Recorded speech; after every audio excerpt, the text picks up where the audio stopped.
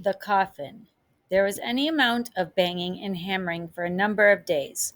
Deliveries of metal parts and oddments which Mr. Charles Brayling took into his little workshop with a feverish anxiety.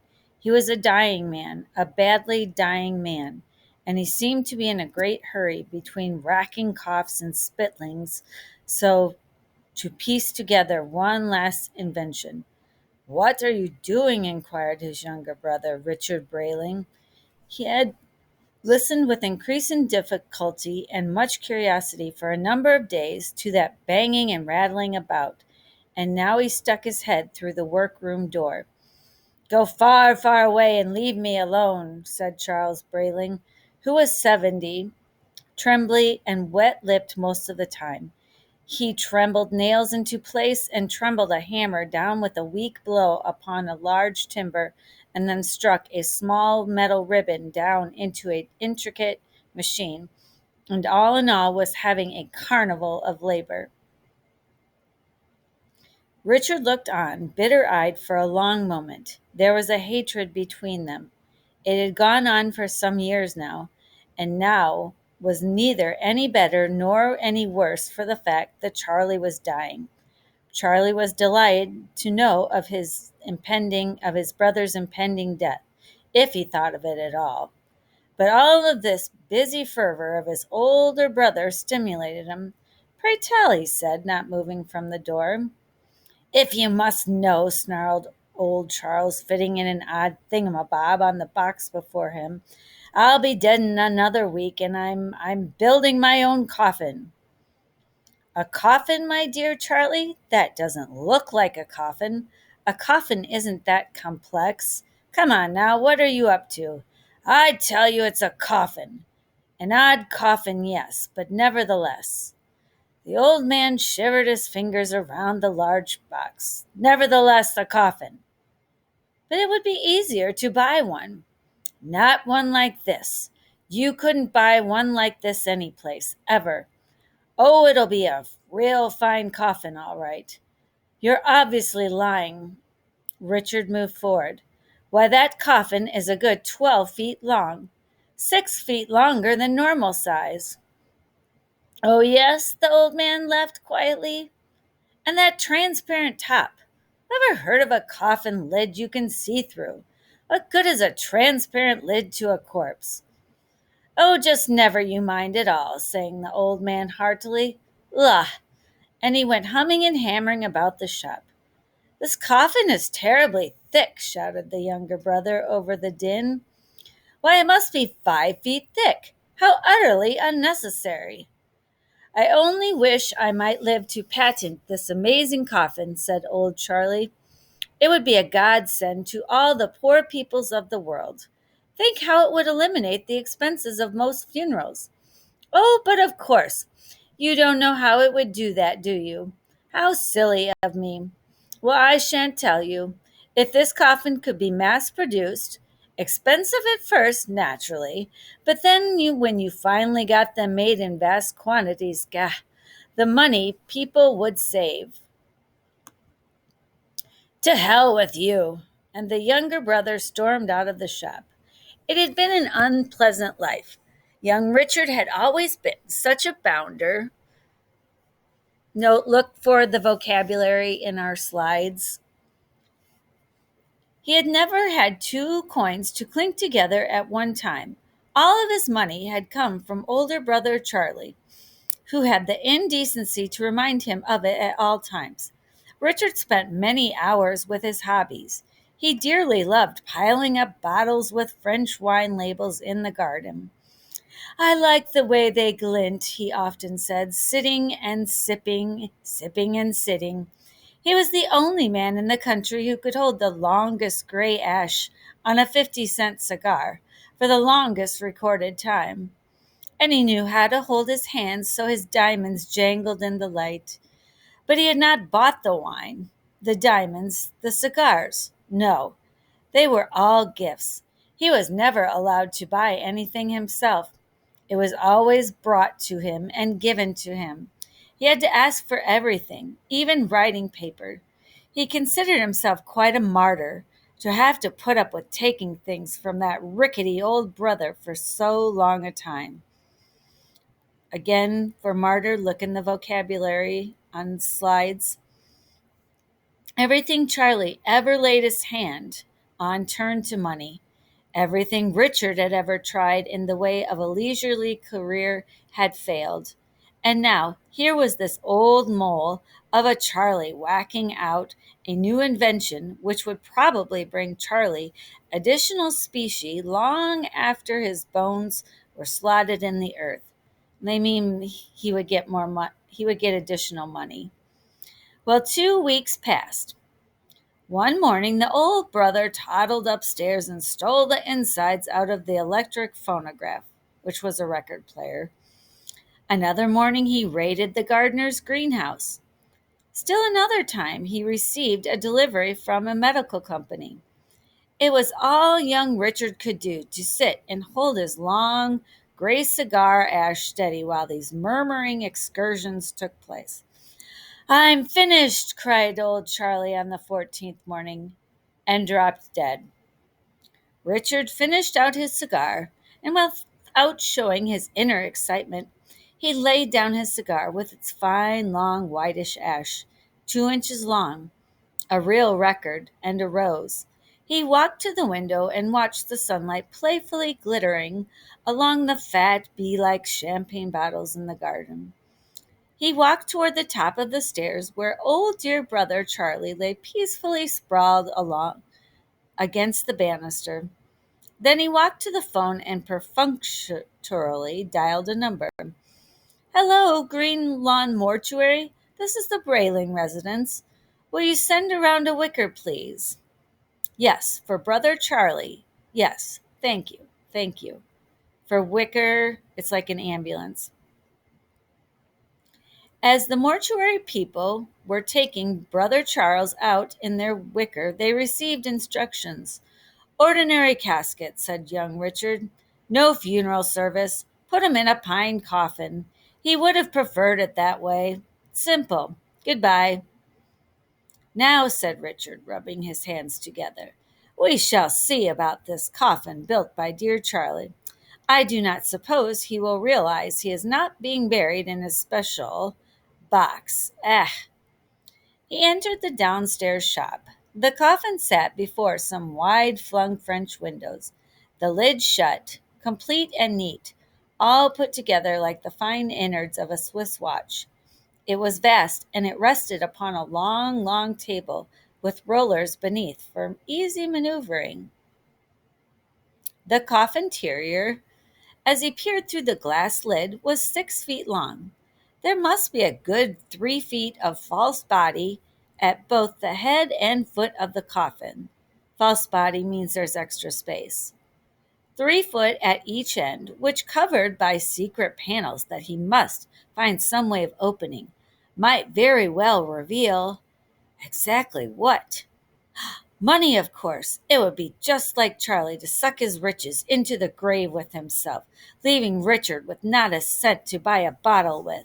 The old bastard. He raised the glass lid and felt about, but found no hidden buttons. There was a small sign studiously inked on white paper, thumbtacked to the side of the satin-lined box. It said, "The Brayling Economy Casket. Copyright April 1946. Simple to operate. Can be used again and again by morticians and families with an eye to the future." Richard snorted thinly. Who did Charlie think he was fooling? There was more writing. Directions. Simply place body in coffin. What a fool thing to say. Put body in a coffin? Naturally. How else would one go about it? He peered intently and finished out the directions. Simply place in body in coffin, and music will start. It can't be. Richard gaped at the sign. Don't tell me all this work has been for a... He went to open the door of the shop, walked out upon the tiled terrace, and called to the gardener in the greenhouse. "Rogers." The gardener stuck his head out. "What time is it?" asked Richard. "12 o'clock, sir," replied Rogers. "Well, at 12:15 you come up here and check to see if everything is all right, Rogers," said Richard.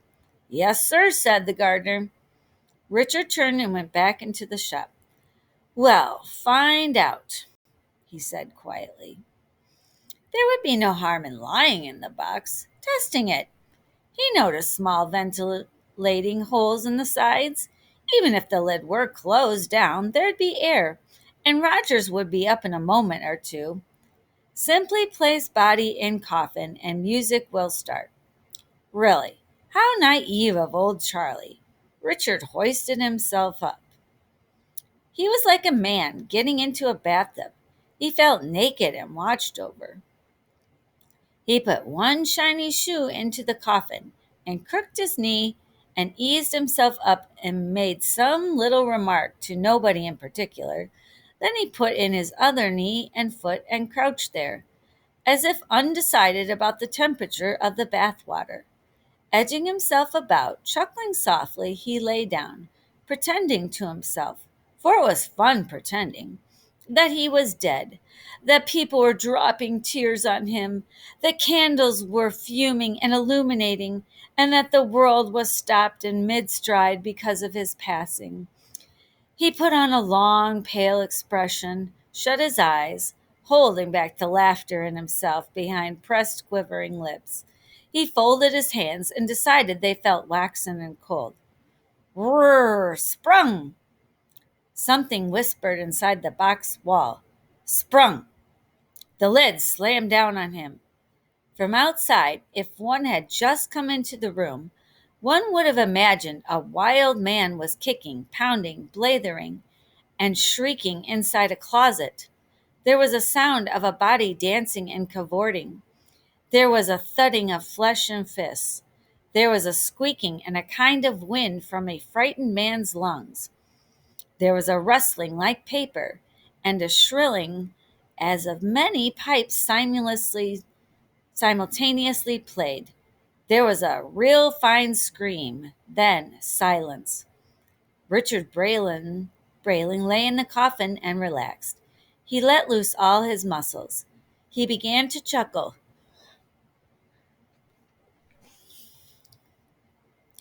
The smell of the box was not unpleasant. Through the little perforations he drew more than enough air to live on comfortably. He need only push gently up with his hands, with none of this kicking and screaming, and the lid would open. One must be calm. He flexed his arms. The lid was locked. Well, there was still no dangers. Rogers would be up in a minute or two. There was nothing to fear. The music began to play. It seemed to come from somewhere inside the head of the coffin. It was green music, organ music, very slow and melancholy, typical of Gothic arches and long black tapers. It smelled of earth and whispers. It echoed high between stone walls. It was so sad that one almost cried listening to it. It was music of potted plants and crimson and blue stained glass windows. It was late sun at twilight and cold wind blowing. It was a dawn with only fog and a faraway foghorn moaning.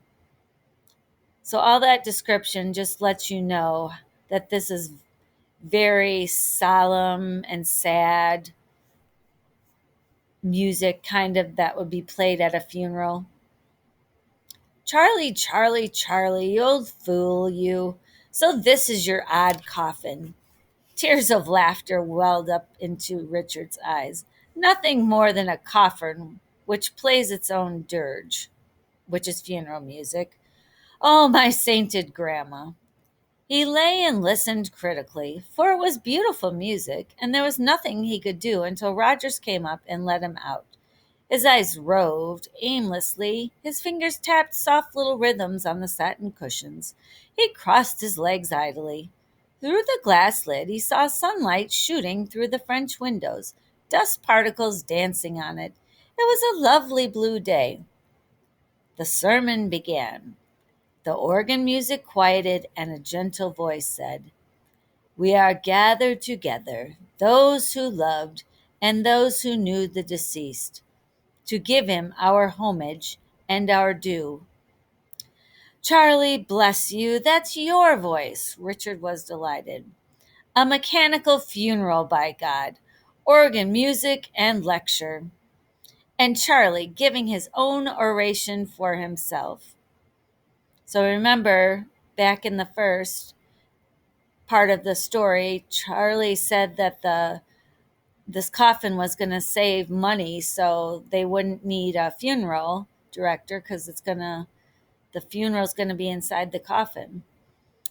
The soft voice said, who knew and loved him are grieved at the passing of. What was that? Richard raised himself, startled. He didn't quite believe what he had heard. He repeated it to himself just the way he heard it. We who knew and loved him are grieved at the passing of Richard Brayling. That's what the voice had said. Richard Brayling, said the man in the coffin. Why, I'm Richard Brayling. A slip of the tongue, naturally, merely a slip. Charlie had meant to say Charles Brayling. Certainly, yes, of course. Yes, certainly, yes, naturally, yes. Richard was a fine man, said the voice, talking on.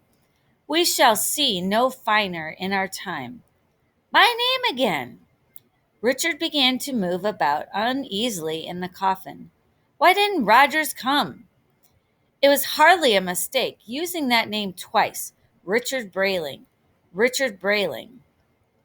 We are gathered here. We shall miss.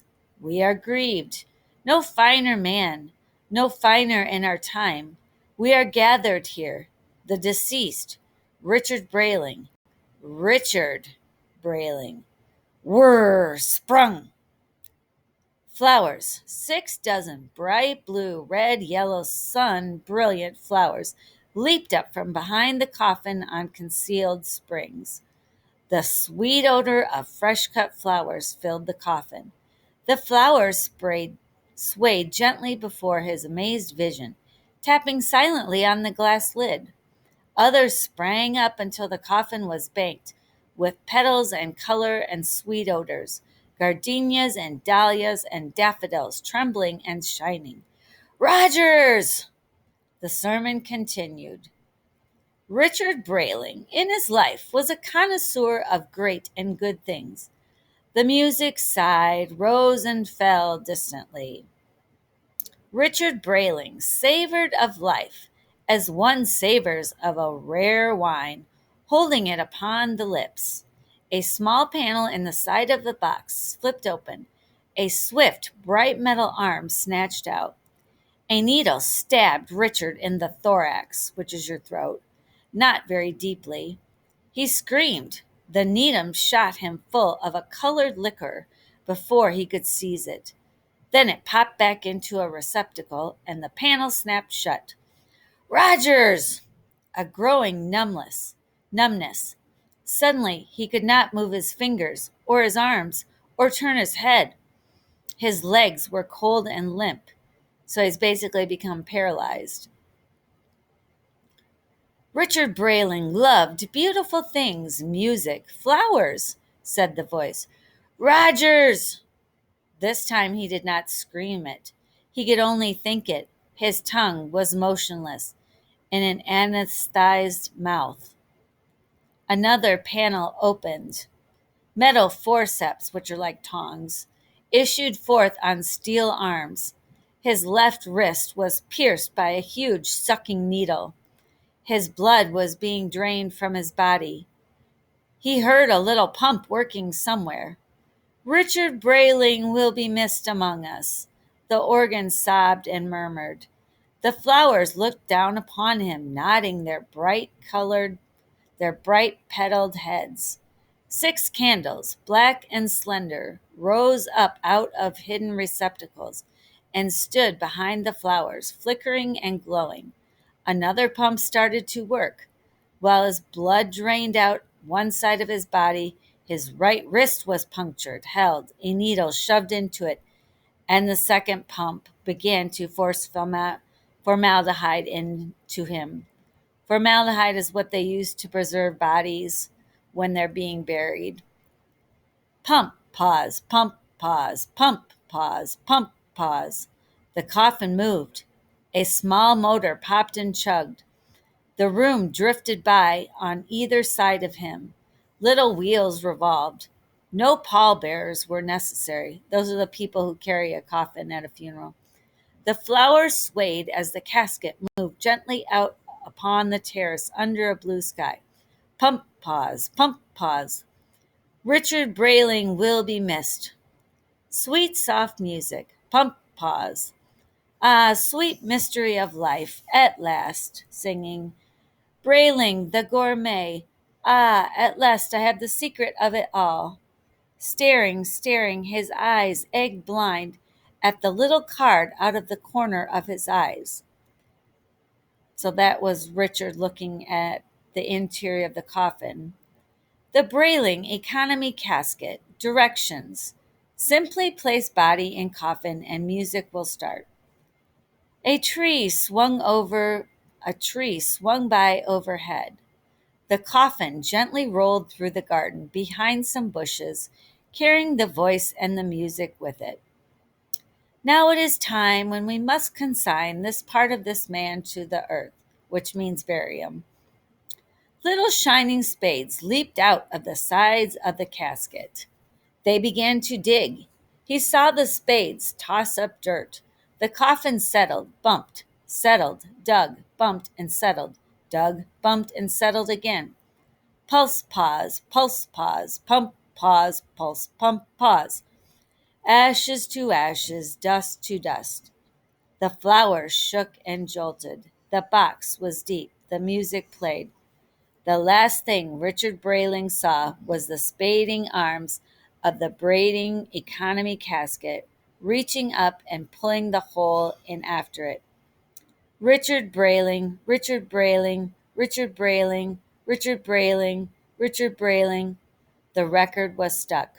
Nobody minded. Nobody was listening.